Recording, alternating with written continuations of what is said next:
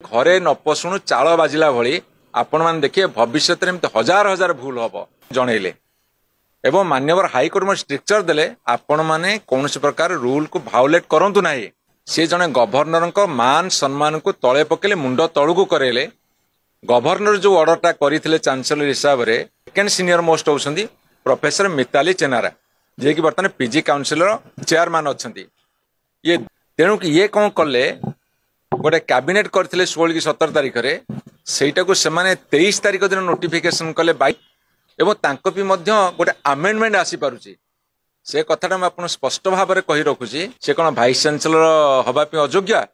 तेणु आमर प्रश्न रहउची जहांक पेई प्रोफेसर पोस्ट खाली आउ संस्था चालुनी आंकर भित्तिरिया उद्यम होउची हितिलु जे तमे भूल अमेंडमेंट आणुच एटा होउची घरे न पशुणु चाल बाजिला भली आपण मान देखिए भविष्य में हजार हजार भूल हम। शिक्षा व्यवस्था पंगु हम। ओडिशा शिक्षा नारे केवल अशिक्षार प्रसार हम आज आपन को भविष्यवाणी करुची। देख तांकर जो भित्तिरिया पॉलिसी अछि प्राइवेटेशन करबा पई से सही दिके अग्रसर होउछंती।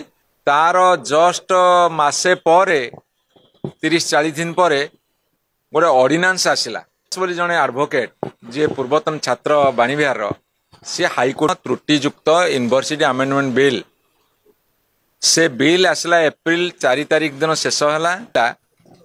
चांसलर आउ जने प्रोफेसर दनपाट बोली तांकु से इंचार्ज वाइस चांसलर कले तांकर नवेम्बर कार्यकाल सरी जाइतिला 24 मसिया।